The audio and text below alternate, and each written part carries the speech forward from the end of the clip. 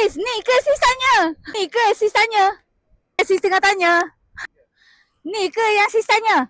Ha, tak nampak Okey, saya bawa ke depan. Ni ke yang sis tanya? Inilah dia. Mic yang pertama Jana beli daripada TikTok. Dia mic yang Jana pakai ni, dia ada bagi dua mic lah. Satu yang Jana tengah pakai, satu lagi dekat sini.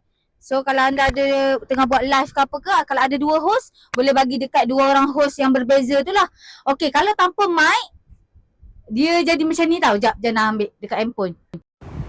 Ni anda cocok dekat handphone anda. Android belah ni. Kalau Type-C belah ni. Kalau iPhone belah ni. Yang ni lah kalau tanpa mic anda dengar macam ni. Bising gila. Tanpa mic. Kalau dengan mic, kita pasang balik Kita cocok dekat handphone. Kalau dengan mic, dia terus hijau. Nampak?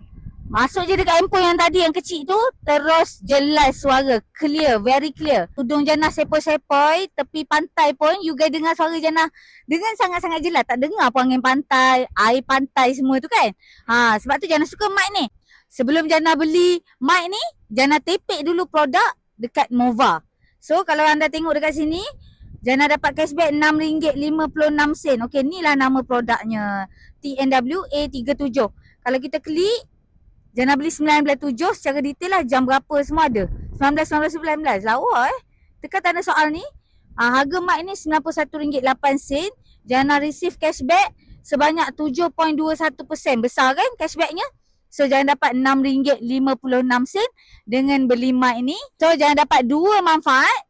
Produk pun jangan dapat dengan bayar RM91 tadi. Cashback pun jangan dapat RM6 lebih. Okay, download Mova percuma. Kemudian DM Jana.